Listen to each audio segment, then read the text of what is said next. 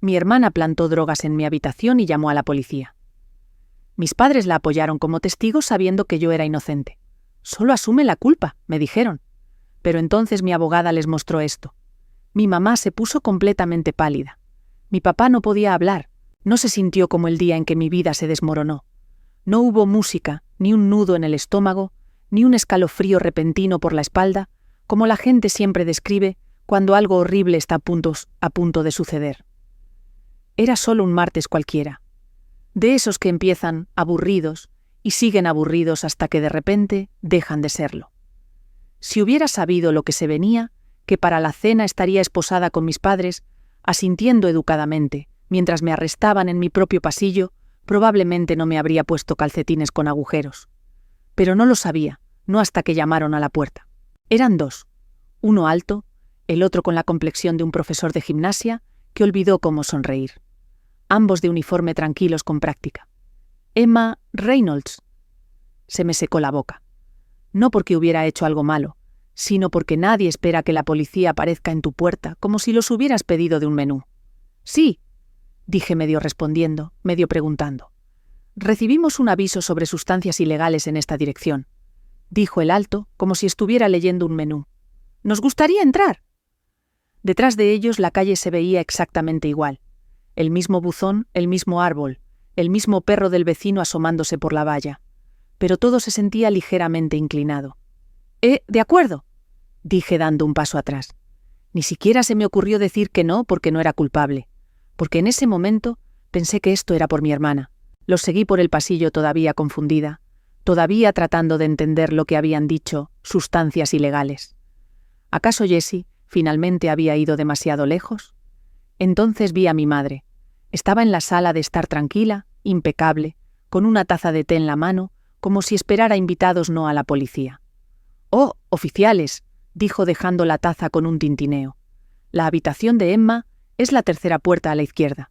Parpadeé. «¿Qué? ¿Por qué mi habitación?» Nadie respondió. Mi padre estaba de pie cerca. No parecía sorprendido. No me miró en absoluto. Los oficiales no deambularon. Fueron directamente a mi habitación como si ya supieran el camino. Jessie estaba en lo alto de las escaleras apoyada en la barandilla. Llevaba el pelo recogido, una sudadera con capucha, leggings y el teléfono en la mano. No dijo una palabra, no parpadeó. Benny, mi viejo perro, levantó la cabeza cuando entraron. No ladró, solo movió la cola una vez lentamente como si no estuviera seguro de qué tipo de momento era este. El oficial más alto escaneó la habitación. El otro fue a mi cómoda y sin la menor pausa abrió el cajón de abajo. Allí estaba una bolsa Ziploc, sellada y llena de pastillas. Me reí una risa corta y atónita. Porque, ¿qué más puedes hacer cuando la realidad se descarrila? Vale, eso no es mío, dije. Ninguno de los oficiales reaccionó. Lo habían oído antes. Me di la vuelta rápidamente. Mis padres estaban de pie en el pasillo. Mamá tenía las manos entrelazadas como si estuviera rezando. Papá todavía no me había mirado a los ojos. Díganles, dije más alto. Saben perfectamente que eso no es mío. Uno de los oficiales se volvió hacia ellos. Dijeron antes que la habían visto con esta bolsa. Mi madre asintió, suavemente. Demasiado suave. Sí, no sabíamos lo que era, pero ha estado distante. Distante. Pensamos que era el estrés, añadió mi padre.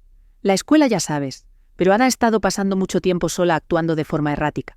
Fue como ver la vida de otra persona desmoronarse, excepto que era la mía. Mi habitación, mi cajón, mi nombre. No pueden estar hablando en serio, dije. Jessie, ella es la que... Emma, me interrumpió mi madre en voz baja. No empeores las cosas. Me esposaron en el pasillo. Benny se levantó inseguro y gimió. Uno de los oficiales le dijo que se quedara atrás. Jessie no se había movido, solo observaba. Sus ojos me siguieron hasta la puerta principal. Sin sonrisa, sin remordimiento, simplemente en blanco, como si yo ya me hubiera ido. No lloré, no entonces. Las esposas estaban demasiado apretadas. El aire se sentía mal, mi piel se sentía mal, como si la hubiera dejado atrás en el pasillo, justo al lado de la vida que creía tener. El asiento trasero del coche de policía era estrecho. La ventanilla estaba manchada. Mientras nos alejábamos, vi cómo la casa se encogía en el espejo retrovisor. No parecía la escena de un crimen. Parecía un hogar, y eso lo empeoraba. Jessie plantó las drogas. Mis padres la apoyaron y yo les dejé que me sacaran como si fuera la vergüenza de la familia, de la que finalmente se habían deshecho, lo que pensándolo bien quizás era. Siempre hubo una hija de oro en nuestra casa, y no era yo. Jessie nació 3 años antes que yo, y de alguna manera mágica, quizás genética, era todo lo que ellos querían. Brillante, segura de sí misma, fotogénica, una de esas niñas que nunca tuvo una habitación desordenada o un mal ángulo. Cuando lloraba en público, la gente le daba caramelos. Cuando yo lloraba, me decían que dejara de montar una escena. No creo que mis padres tuvieran la intención de hacerme sentir invisible, pero lo hicieron repetida y consistentemente de maneras tan sutiles que tardé años en darme cuenta de que no lo estaba imaginando. Cuando Jessie trajo a casa un cuenco de arcilla torcido de la clase de arte, despejaron un estante en la sala de estar para exhibirlo. Cuando yo pasé 3 días pintando algo para la feria escolar, terminó en un cajón junto a cupones caducados.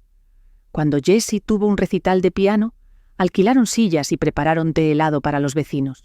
Cuando me dieron un papel en una obra de teatro, se olvidaron de venir. Dijeron que pensaban que solo era un ensayo. No eran crueles, solo selectivos con su atención. Como si yo solo existiera en los momentos de calma entre su orgullo y la actuación de ella. Un personaje de fondo con buen ritmo y zapatos silenciosos. Solía pensar que si me comportaba perfectamente, sacaba las notas, hacía la cama, y no me metía en problemas, finalmente me verían. Pero lo único que conseguí fue ser más fácil de ignorar. Cuando Jessie cumplió 14 años, suplicó por un perro. Hizo gráficos, escribió promesas, dijo cosas como animal de apoyo emocional y fomento de la responsabilidad. Mis padres, por supuesto, cedieron. Así llegó Benny, un chucho flacucho, y de ojos grandes que parecía que alguien había intentado construir un terrier a partir de un mal recuerdo. Jessie lo amó durante exactamente 3 semanas. Luego se aburrió. Dijo que olía mal, que era demasiado ruidoso, que arañaba el suelo. Mis padres asintieron solemnemente y empezaron a llamar a los refugios. De hecho, dijeron, lo recuerdo, bueno, si nadie lo quiere, tendremos que sacrificarlo. Como si fuera un electrodoméstico fuera de garantía. Yo tenía 11 años. Dije que lo alimentaría, lo pasearía, lo entrenaría. No me creyeron, pero tampoco querían lidiar con él. Así que dijeron, está bien, dijo mi madre, pero es tu responsabilidad. Sin embargo, no era una responsabilidad. Fue lo primero en esa casa que me eligió a mí por encima de Jessie. Dormía acurrucado contra mis piernas. Ladraba cuando la gente gritaba. Me seguía de habitación en habitación moviendo la cola como si yo fuera todo su mundo. Y sí, quizás me encariñé demasiado. Quizás hablaba más con él que con la gente. Pero Benny escuchaba, y a veces eso era suficiente. Mi abuelo era el único adulto que me veía. Vivía a unas 10 manzanas en una casa amarilla, que olía a tostadas y madera vieja. Cada vez que las cosas se ponían tensas en casa, lo que ocurría a menudo, cogía la correa de Benny y decía que iba a dar un paseo. Entonces nos escapábamos a casa del abuelo y fingíamos que pertenecíamos a algún lugar. Él no era como mis padres, no interrumpía, no ofrecía soluciones. Simplemente preparaba sándwiches de queso a la parrilla y asentía mientras le hablaba de la escuela de los libros o de cómo Jessie me había gritado por usar su champú. A veces me sentaba en su porche hasta que se encendían las farolas. A veces no quería irme en absoluto. Ahora tiene más de 90 años. Sigue lúcido. Sigue llamando cada domingo a las 10 de la mañana. Sigue actuando como si yo fuera la única por la que vale la pena preocuparse. Cuando Jessie se fue a la universidad, la casa se volvió más silenciosa. No pacífica, simplemente vacía. Mis padres empezaron a enviarle mensajes cada hora, como si fuera un miembro amputado. Regresó un año después, sin previo aviso, sin explicación, solo ¿la universidad era tóxica? Ese fue todo su resumen. Cerraba la puerta de su habitación con llave, a menudo tomaba duchas largas, tenía amigos que venían a horas extrañas, chicos que no conocía. Uno de ellos llevaba gafas de sol en interiores. Otro me llamó hermanita, con un guiño que me dio ganas de quemar la casa. Noté el olor bajo su puerta, las llamadas telefónicas con voz pastosa, la forma en que se estremecía cuando alguien llamaba demasiado fuerte. Pero no pregunté. En nuestra casa preguntar significaba reaccionar de forma exagerada. Pensé que lo estaba imaginando. La forma en que merodeaba más a mi alrededor Se detenía cerca de mi habitación, me miraba un segundo de más. Pero me dije a mí misma que estaba siendo paranoica, que estaba proyectando. E incluso, si no lo hubiera estado, no es como si alguien me hubiera escuchado. La noche siguiente, me metieron en una celda de detención con paredes de bloques de hormigón y un banco lo suficientemente ancho para sentarse, pero no para dormir. Nadie me dijo nada. Ni plazos, ni cargos, solo aire frío y luces fluorescentes que zumbaban como si se burlaran de mí. No estaba llorando, ni siquiera estaba pensando. Sentía como si mi cerebro hubiera sido vaciado y rellenado con estática. Me imaginé a Benny tumbado junto a la ventana, con las orejas alerta cada vez que pasaba un coche. No comería, no hasta que me viera. Él era así leal hasta la médula. Y yo no estaba allí. Pensé en mis padres diciendo, no podemos tenerlo ahora, no en estas circunstancias. Como si Benny fuera parte de las pruebas, como si también se hubiera contaminado. Pensé en el abuelo. Me pregunté si había recibido la llamada, si se le había quebrado la voz cuando dijeron mi nombre. Quizás creyó que era inocente, quizás no. De cualquier manera imaginé el silencio que debió seguir ese tipo de silencio que se extiende entre personas que ya no saben qué decir. Me miré las manos. Mi muñeca todavía tenía débiles líneas rojas de las esposas. No había hablado con nadie desde que los oficiales me trajeron. Nadie preguntó si estaba bien. No creo que a nadie le importara. Y la verdad ni siquiera podía culparlos. Quizás realmente era la invisible. Y quizás eso me convertía en la persona perfecta para desaparecer. Creces pensando que si eres callada y buena, acabarán por aceptarte. No lo hicieron. Simplemente se volvieron mejores fingiendo que no importabas. Me llevaron a la sala de visitas como si fuera un accesorio en un drama judicial. Luces fluorescentes, paredes de bloques de hormigón, una mesa que probablemente había escuchado más traiciones que confesiones. Un guardia estaba de pie cerca de la pared del fondo, fingiendo no escuchar. Mis padres ya estaban sentados cuando entré. Parecían personas esperando una reserva para el brunch. Tranquilos, civilizados, quizás ligeramente molestos porque las cosas iban con retraso. Mi madre me dedicó una sonrisa suave. Mi padre hizo ese lento y medido asentimiento que siempre usaba cuando no quería hablar, pero se sentía obligado a reconocer la existencia de alguien. Me senté. Nadie habló al principio. Luego, mi madre rompió el silencio. ¿Te están tratando bien? Su tono era educado, casi cálido, como si preguntara si el Airbnb tenía toallas limpias. Me dieron un sándwich, dije. Ella sonrió de nuevo como si eso respondiera a algo. Mi padre se movió en su asiento. Te enviamos algunos artículos de aseo, probablemente te los darán pronto. No respondí. Estaba demasiado ocupada observando cómo no me miraban a los ojos. No era culpa, no era miedo, era gestión. Como si estuvieran tratando de contener una situación que pensaban que aún podría salvarse. Finalmente lo dije, en voz baja plana. Saben que no fui yo. Ninguno de los dos reaccionó. Mi madre respiró hondo como si se preparara para algo ensayado. Emma, necesitamos centrarnos en lo que viene ahora. No podemos cambiar lo que ya ha pasado. Esa es una forma de evitar decirlo en voz alta, murmuré. Papá se inclinó hacia adelante. Nadie dice que fuera intencionado. Giré la cabeza hacia él. ¿Te refieres a las drogas que Jessie puso en mi cajón? ¿Ese tipo de no intencionado? Mi madre hizo una mueca casi imperceptible. Emma, este no es el momento para historias. Historias, como si hubiera venido aquí a proponerles ficción. ¿De verdad van a dejar que esto suceda? Dije. Van a quedarse sentados y dejar que me hagan esto. Eres joven, dijo mi padre. Esto no te seguirá para siempre. Mi madre asintió. Es mejor mantener las cosas contenidas. Si escalamos esto, Emma podría empeorar para todos nosotros. Ahí estaba. La palabra que no decían, familia. No Jessie, no la verdad, sino la unidad, la apariencia de las cosas. No dije nada. Simplemente los observé hablar, evitándolo como si fuera algo que no pudieran ver, como si el aire no estuviera denso por ello. Me miraron como si esperaran que finalmente hiciera algo útil y desapareciera en silencio. Entonces hice la única pregunta que realmente me importaba. ¿Qué van a hacer con Benny? Parpadearon. Mi padre fue el primero en responder. Está bien. Luego, tras una pausa. Pero es viejo. No volverás a casa pronto. El tono de mi madre se suavizó demasiado, como si intentara amortiguar un golpe que sabía que no podía detener. No es justo dejarlo esperando. No entiende lo que está pasando. No lo van a sacrificar. No alcé la voz. No me moví.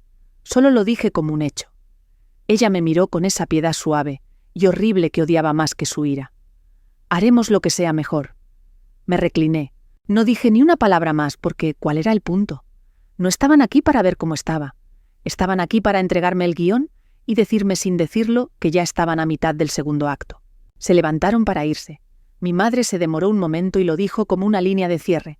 Hemos encontrado a alguien que te represente una abogada. Se llama Emily. Es muy capaz. ¿Capaz de qué? No esperaron una respuesta. Se fueron. Conocí a la abogada a la mañana siguiente. Emily parecía tener algo que demostrar y un horario que cumplir. Probablemente, mis padres asumieron que eso la hacía barata o demasiado inexperta para oponerse.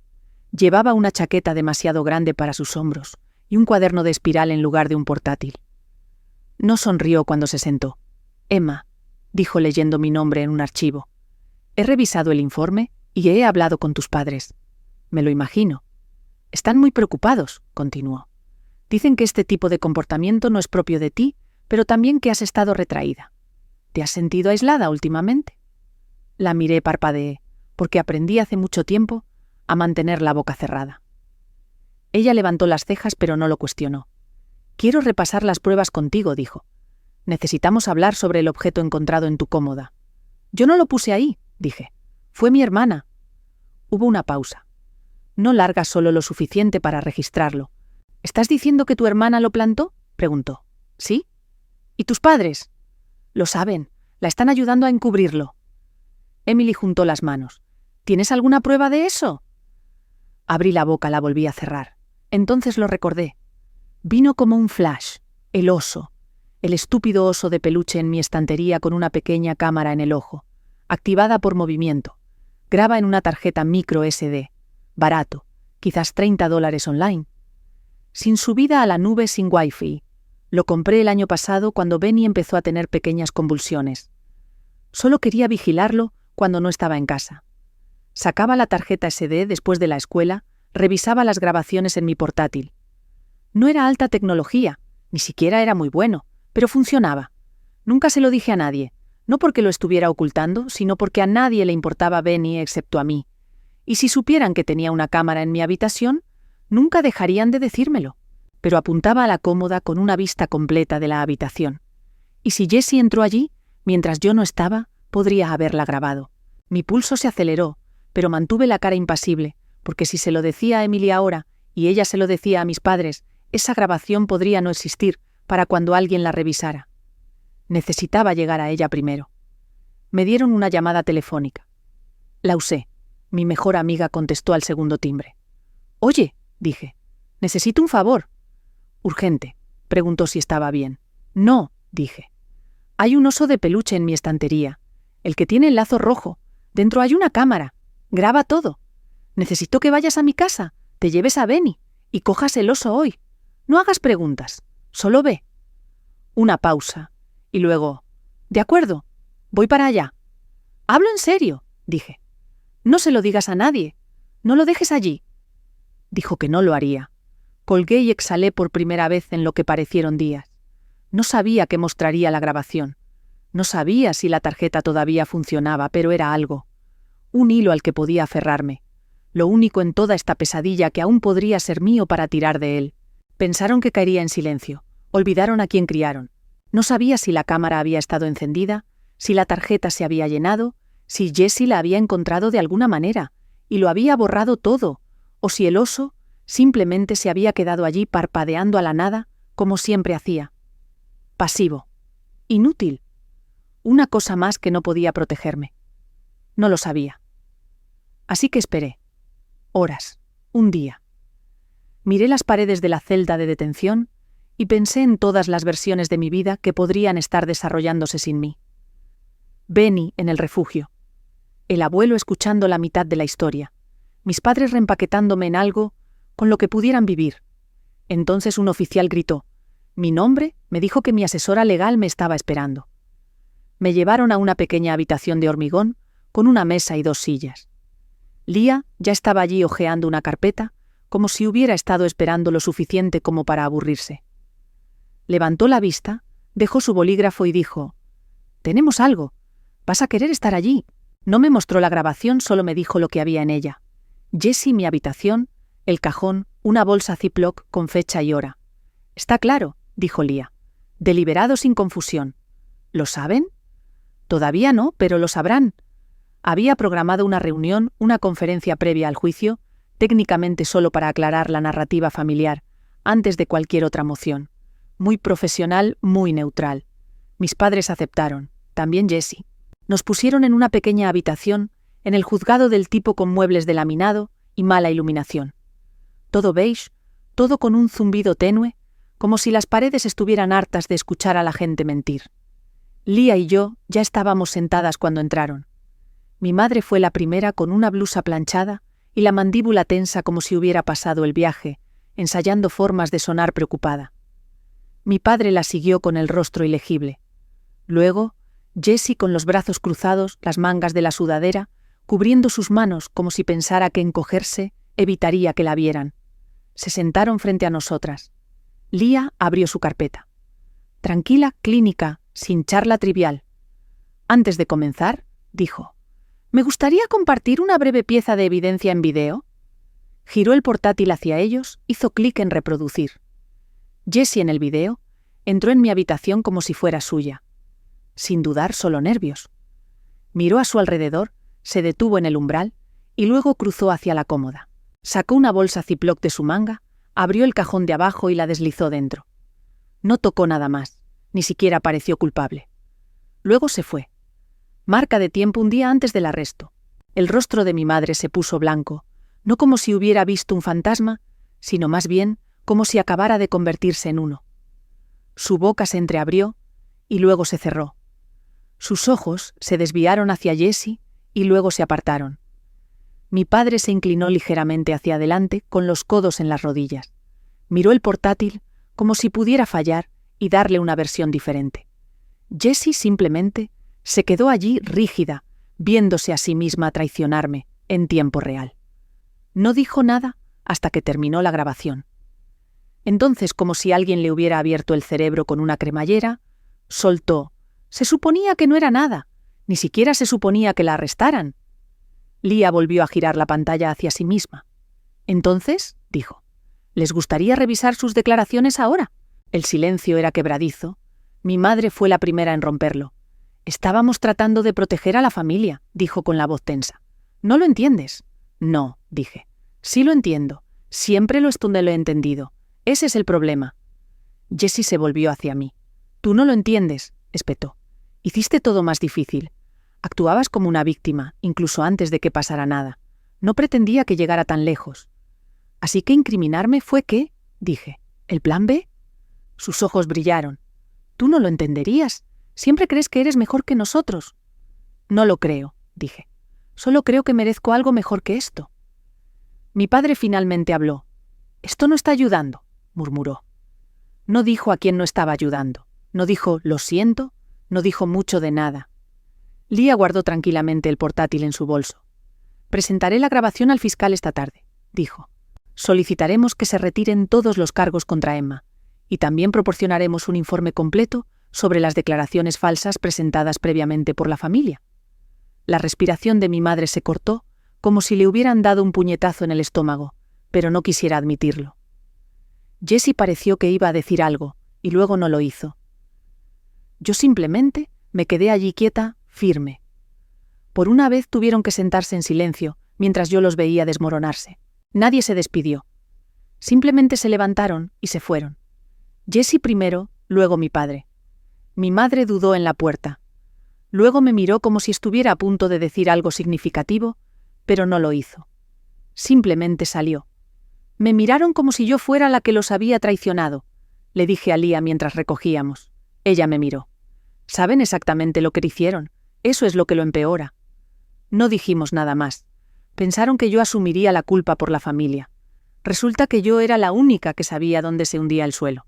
La cola de Benny golpeaba el suelo, mientras se acomodaba debajo de mi silla, su cabeza descansando ligeramente contra mi pie. Ahora era más viejo, más lento, de lo que había estado incluso un mes antes, pero estaba a salvo. limpio, alimentado, seguía siendo mío.